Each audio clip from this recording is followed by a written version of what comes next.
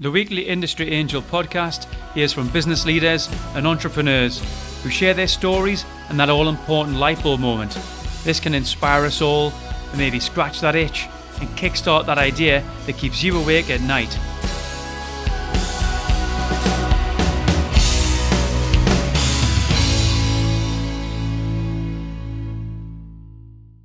Welcome to episode 7 of the Industry Angel. I hope you're well and feeling the joys of spring. Thanks for all your email and guest suggestions coming in. Sharon Clark, Laura Middleton, Alison Freer, thanks for the kind words regarding our download accomplishments. We couldn't have done it without you guys. Issa Bayu enjoyed Abdallah Kablan. Issa commented that if we adopt machine learning techniques in the maritime industry, millions if not billions of dollars could be saved. Well, I'm glad you can relate this to your chosen field, Issa.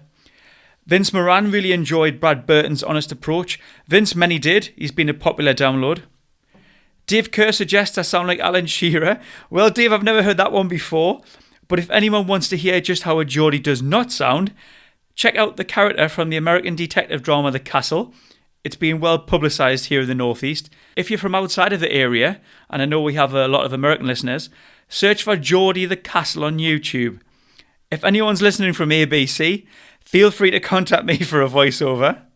Today's guest joins us from Kent, and he's going to give us an insight into exporting. Welcome to Industry Angel, Jamie Hill of Hill Shipping. Hi Ian, thanks for having me on the show. Really appreciate it. Thank you. Excellent. Thanks for your time, Jamie. Now, you've got 20 years experience of freight forwarding, shipping cars and motorcycles all around the world, yeah? That's correct, yeah. 2 decades now of exporting and importing cars and motorcycles around the world, mainly classics. But we pretty much ship anything, but our real speciality is cars and motorcycles. Now, listen, Jamie, I could spend easily the next half an hour talking about cars with you, but we've got a show to do. But listen, humour me for 5 minutes, okay? Yeah.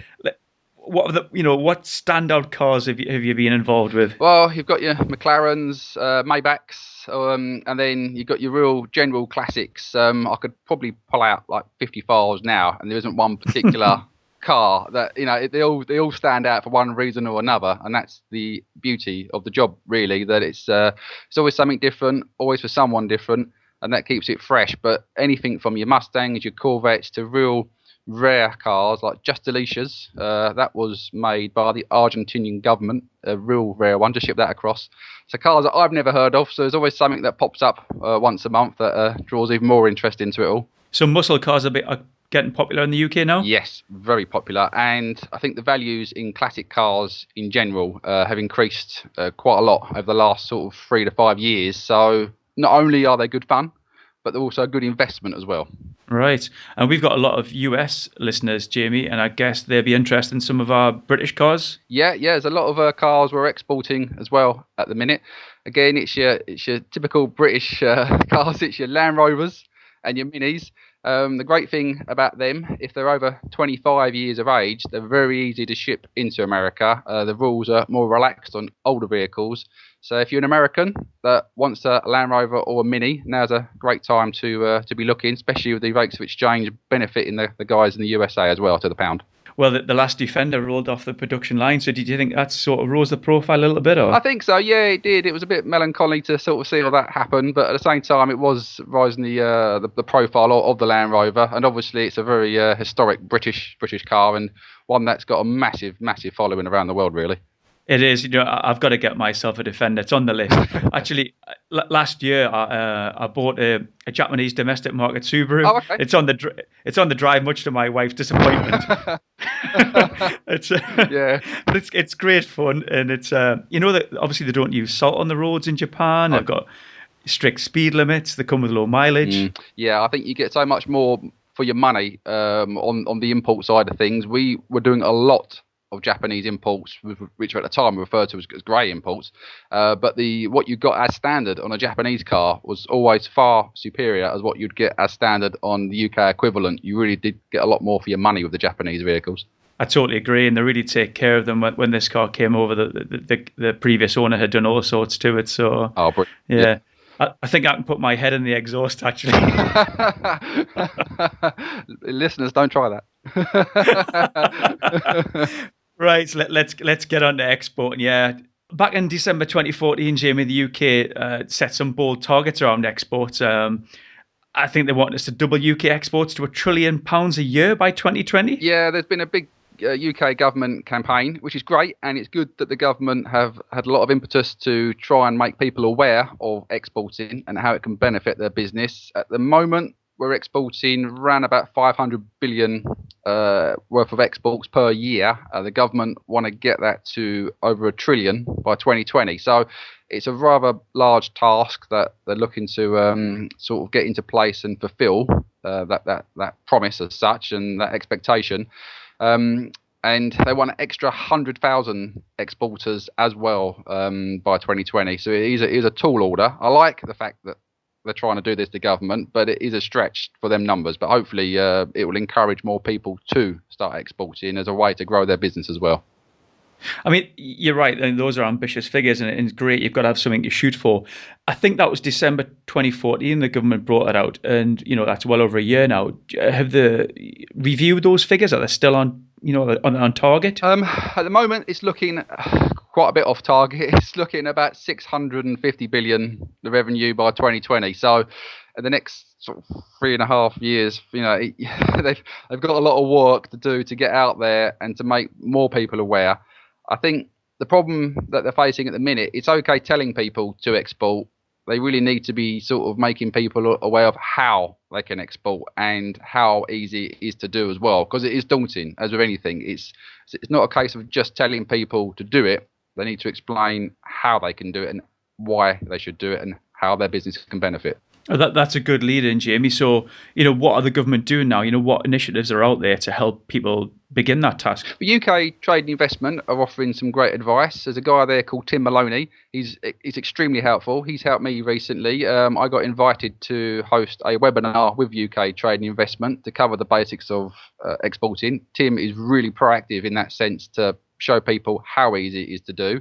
So UK Trade and Investment, they offer overseas missions that you can attend, trade shows, all that type of stuff, and there are grants available as well. Again, it can be quite hard to find that information, so it's not put out there to the public that easy. They've also opened up another arm called Open to Export. There's a guy there called William Burns. He's fantastic as well. He's really trying to promote Open to Export on social media to make people aware of exporting. They hold webinars and Twitter Q&As, which I've been hosting with them as well. So social media is a big plus. Obviously, more people are on it now as well. And again, they're looking to sort of make it easier for people to say, this is what you need to do step by step, drawing them in to say, it's not as difficult as what you think. It's not as daunting. Problem is with the government, as we all know, it's very difficult to pin one person down to get an answer. You tend to get passed about from department to department. If you can find someone like Tim Maloney in the UK Trade and Investment part of it, then you're golden. It's great. But it's hard to keep finding those particular gems out of a lot of people that work for the government. But the signs are there. It looks promising. And I think the more they keep doing these types of things, the more people will find out how easy it is to export and the more companies will start to do it. You touched upon the UKTI there, Jamie, and you're right, there is some real gems within the organisation. And I guess just going to the website, looking what your region, finding the right guy in your region, and then just hooking up and then, taking it from there, I guess. That's right, yeah. Each the UK Trade and Investment has different offices in part of the country. For example, my one would be UK Trade and Investment South East. You can find their details through the UK Trade and Investment website. Approach them, speak to them. They can then point you in the right direction of attending trade shows, and if you're eligible for grants to attend the overseas shows. Again, just send some emails as a starter. If you're looking to export, take that small baby step, go from there, and then see what advice they can offer you to maybe what countries you could export to. They can then put you in touch with the local British Chamber of Commerce out there and the embassies, and they can then act as your man on the ground in the market that you want to approach. The UKTI, I'm up here in the northeast, Jamie, you're in the southeast. The great up here in the northeast, they are very proactive. They've got a lot of trade missions, and you're right, hooking up with the British embassy in the region of choice overseas, they can obviously do those. There's OMIS reports, overseas market research reports for you. Yeah, the OMIS reports are really detailed. Yeah, and from the shows that I've attended, the OMIS reports cost a fraction of what they would do if you went to a privately owned company to look for the same type of service that they would provide. Obviously, the OMIS can really go out there and get the details that you need to enable you to sort of put a business plan in place. And from what I've heard, yeah, it is a fraction of the cost of what a private company would charge you for the same service. So again, but not many people know about OMIS either. See, so Yeah, it is. I mean, I know because I've ran a couple, and they are. I mean, you can actually put as much detail as you want in there. You can specify what the report's got to look like. You're in control of that report. So basically, you set the parameters, and then off the go. And the reports are brilliant, and it's all local knowledge that you wouldn't get from someone, this side of the pond. You've got to get that local knowledge, which the UKTI have got, obviously, with those guys on the ground. Yeah, certainly. And if you can get the local knowledge in place and be aware of any pitfalls that might happen when you start exporting goods to those particular countries, if you can address those issues before you start exporting, makes life much, much easier. No good afterwards when goods have arrived in a country and all of a sudden you find out that there's problems that are going to incur. It's always best to get everything drawn out and done before you start exporting. I mean, that is a great point. Okay, you've got 20 years in this industry. You mentioned pitfalls there. The most common ones would be destination charges, because most exporters wouldn't be aware. For example, if you're shipping something out from, say, Felixstowe to the USA, they wouldn't be aware of charges in the port of arrival, and that can always cause a problem depending on how you're shipping goods. Normally, if you're shipping a car out, roll and roll off, it's pretty cheap. Could cost you $300 for arrival charges. When it's container loads, if you need containers unloaded, then the cost can start to rise, quite by a fair amount, really. So if you're not aware of that and your client's not aware of that, then the biggest pitfall there would obviously be someone's taking a hit on money. So that could be your profit ruined and also your clients, and then they might not be a repeat client and might just be an unhappy one. So storage, you've obviously, it's docked, you've got it there. Yes. Storage in some ports can be quite horrendous. You could be looking at $150 a day in some instances in America. We always, before we've exported anything, we try and get our client in touch with our USA agent, for example. It could be Australia or anywhere else, to get everything done again before the cargo even arrives. So we know that everything's in place, paperwork's in place. So when that cargo arrives, everything's been lodged with customs, and it should give you enough time then to get it customs cleared and out the docks before storage charges apply. Because again, if storage starts to eat into your profit, it's just a killer. And then it's a nightmare scenario. Nobody then wants to take the blame. Nobody then wants to pay out for it. But ultimately, someone has to. So someone's got to swallow that. And then again, it's going to hit your profits. So I guess you've got a kind of checklist, Jamie. Whenever you do something, you understand the storage, you understand the charges when it gets there, the tax. What else you've got to worry about? Well, for example, with cars, again to the USA, if anything's under 25 years of age, they're very hot on emissions in the USA. Ironically, I'm not sure why, it's easier to import an older car out there, which you think would be the other way around. The newer cars with all the emission tests now, they're much better on the environment, with the pollution, be more straightforward to do. So things like that are important to take into consideration. One thing that I always try to get across to people is the packaging materials. If you're exporting to Australia again, or America, or other countries as well, you have to make sure that you're using the correct materials for your crating or your pallets. If it's not certified and you haven't got a certificate to prove that, the goods can be seized in the country of arrival and possibly even destroyed. So again, that has to be something you really have to take in consideration in that respect. Are you talking timber there, Jim? Timber, yeah. Timber, yeah. If it's not the correct timber and it hasn't been treated, it can cause a massive problem in America and Australia.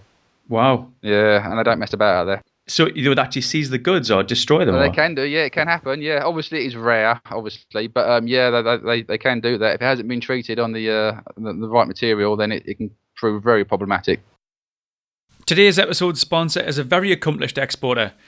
Newark Limited design and manufacture inverter welding power sources and were established over 40 years ago.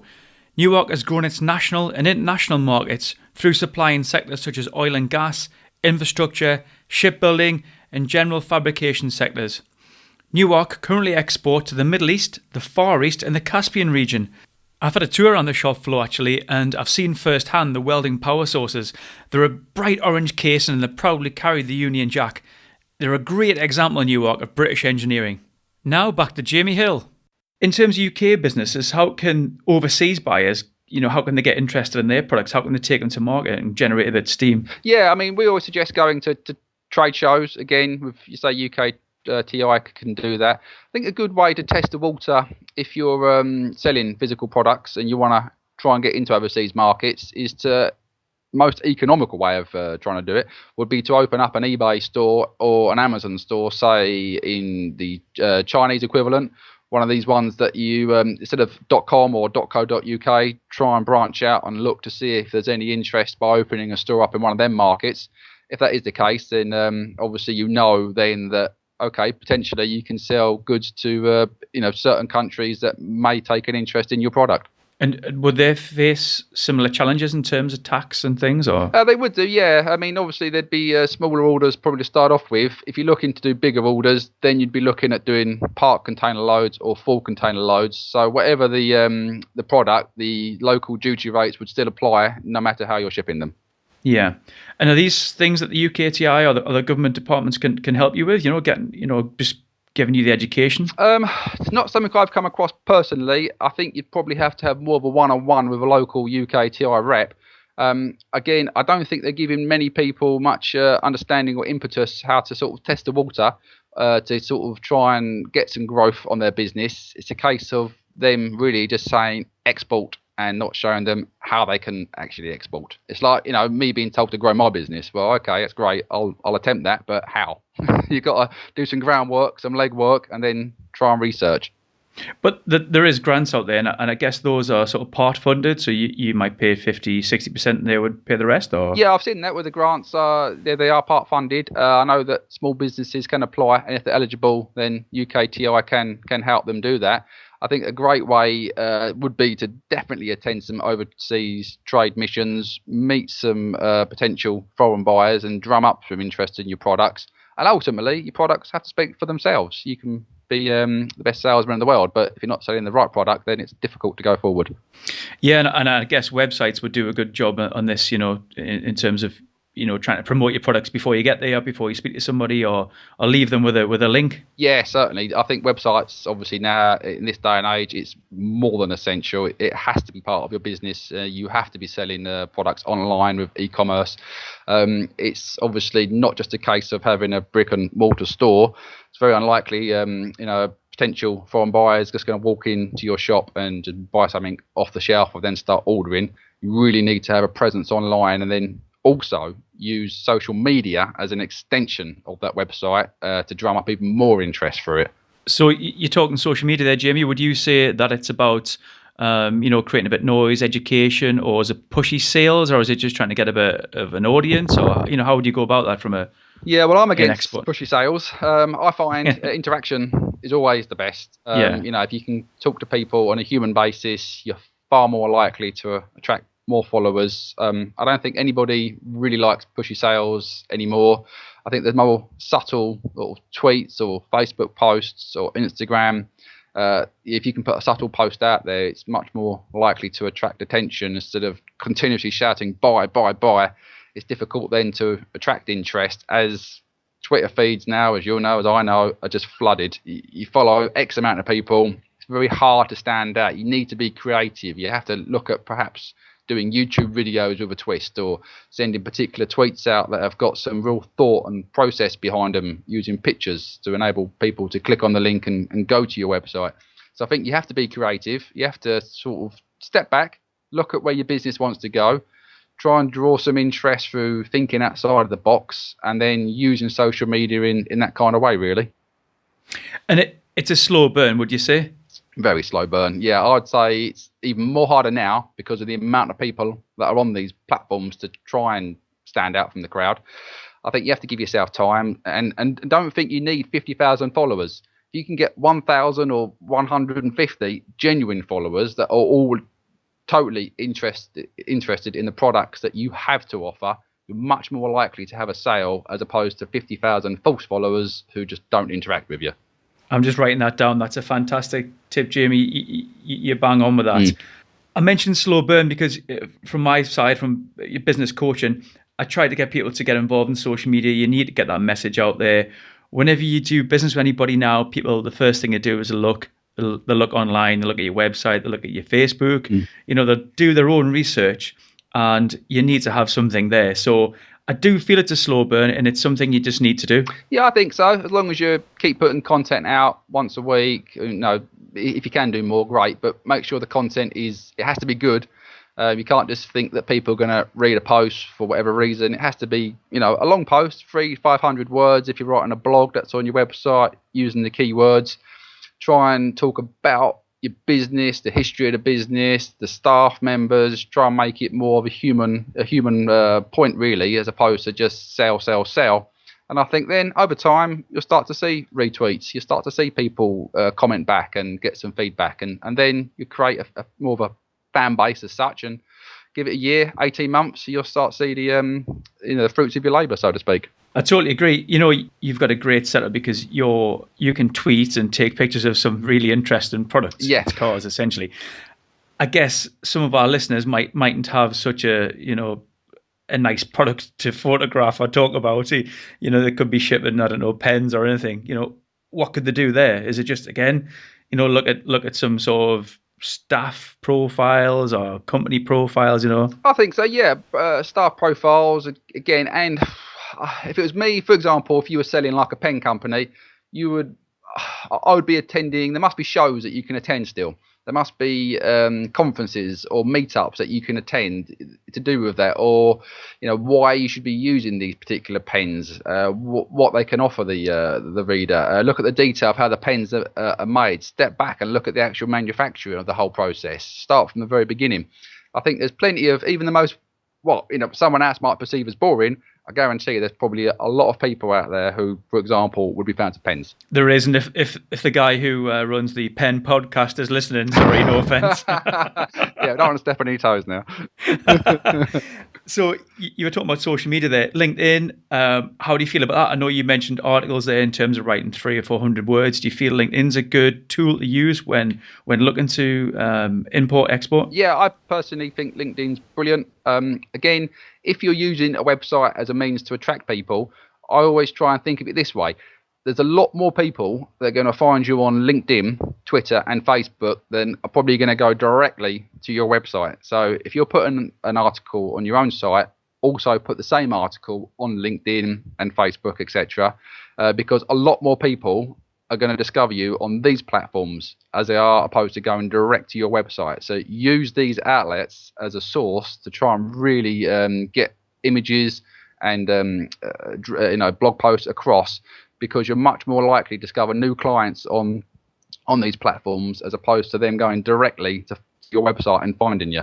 So, Jamie, I think we can hear in your voice how passionate you are about people exporting, and we touched upon those ambitious targets, and we're maybe a little bit behind those targets. Yeah.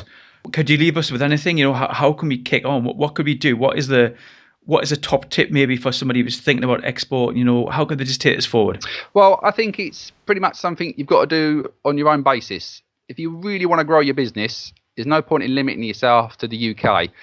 With the help and opportunities that are on offer at the moment, if you can go out there, speak to people like UKTI and do some groundwork, there's no reason why you can't grow your business on a much bigger scale. There's billions of people in the world now, and I guarantee there's a lot of them that would be interested in the products that you have to sell. There you go. Call to action, yeah? Yeah, definitely. Good stuff. So, Jamie, could you help anybody, any listeners, if they were interested and wanted to pick your brains? Yeah, certainly. They could either shoot me a question on Twitter at Jamie Hill UK. I'll be more than happy to answer anything there. If anyone has any general questions about exporting or shipping, or if they obviously want to get in touch with me for email as well. Obviously, we can leave that on a link for your website if you wish as well. Yeah, I can fill the show notes in. I know you're on LinkedIn as well, so people want to hook up with you maybe. And yeah, definitely. Read some of your posts or. Yeah, and like I say, feel free to shoot me a message and I'll answer how I can and try and point them in the right direction. I mean, you've got a lot of experience there, Jamie, and you mentioned pitfalls, and I'm sure you've kind of been through them all and learned from them all. Things like storage and even timber. These are things that people don't even think about, do they? No, there's always something new that crops up. We always try and cover everything every year, and there'll always be something new that comes up that we've just never come across before. So I don't think you can ever cover yourself all the time, but you can certainly try and cover yourself most of the time. Fantastic. Well, Jamie, thanks for that. That's been a great insight into exporting. Is there anything else you'd like to leave us with? No, I mean, like I say, if you've got a business and you want to grow it, now's the time to be looking to take advantage of these platforms that are on offer. It's a small world now in terms of finding new people, and it's a big world now in terms of selling your products. Good stuff. There you go. Thanks, Jamie. Okay, and thanks very much indeed. Thank you. Well, there's somebody who lives and breathes import-export. I hope you enjoyed that real-world case study. As you've heard, there's help out there. There are some government-set ambitious figures to hit. Let me know if you're a business that has recently looked to exports. If you aren't currently exporting, maybe that's whet your appetite. So until next time, I'm Ian Farrer, this is the Industry Angel, and thanks for listening.